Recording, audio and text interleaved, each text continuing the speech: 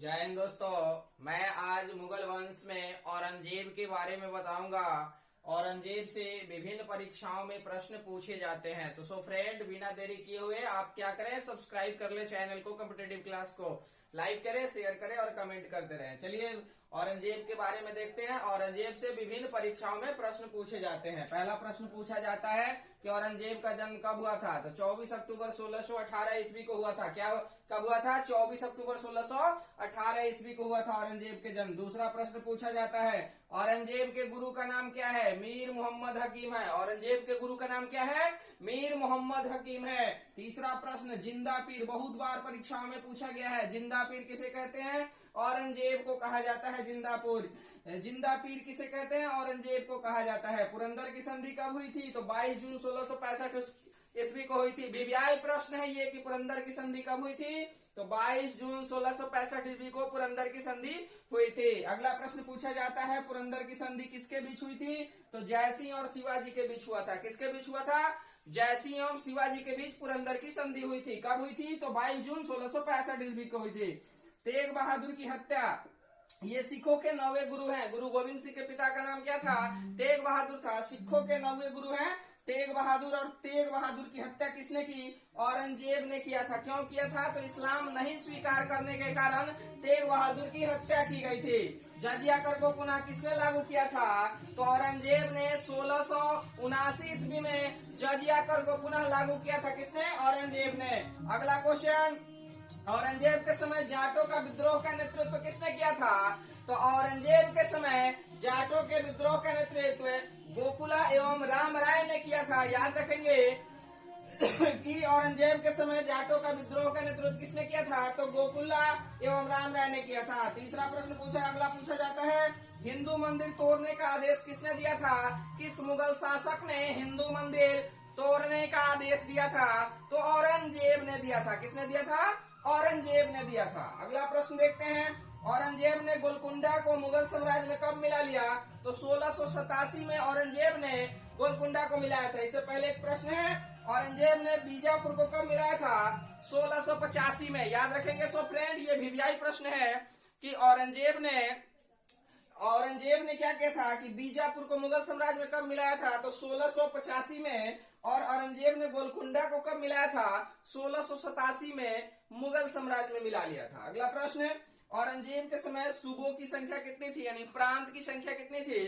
तो औरंगजेब के समय में सूबों की संख्या किसी बुक में 20 देता है और किसी में 21 देता है। मैंने अपना डाटा तैयार किया है कि औरंगजेब के समय में सूबों की संख्या 20 थी। इस तरह से आपके प्रश्न औरंगजेब से विभिन्न परीक्षाओं में पूछे जाते हैं। फ्रेंड, वेरी वेरी इंपॉर्टेंट प्रश्न है कॉम्पिटेटिव क्लास के माध्यम से, और आप इसे पढ़ते रहें ताकि अब विभिन्न परीक्षाएं का क्रम चालू हो रहा है। मार्च अप्रैल में कंटिन्यू परीक्षा ही परीक्षा है, इसलिए पढ़ते रहिए। आगे देखते हैं, किस शासक के शासनकाल में सर्वाधिक हिंदू सेनापति थे?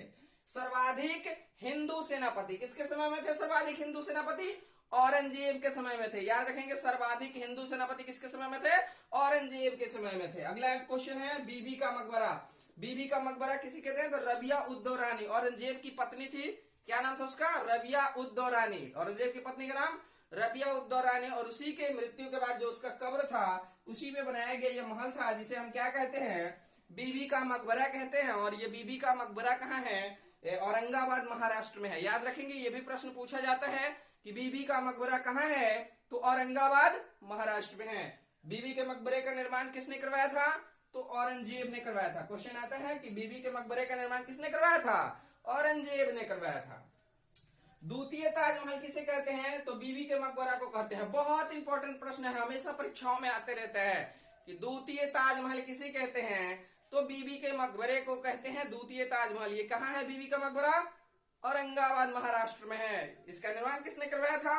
औरंगजेब ने करवाया था। आगे देखते हैं, औरंगजेब जो था कट्टर सुन्नी मुसलमान था। क्या था? औरंगजेब क्या था?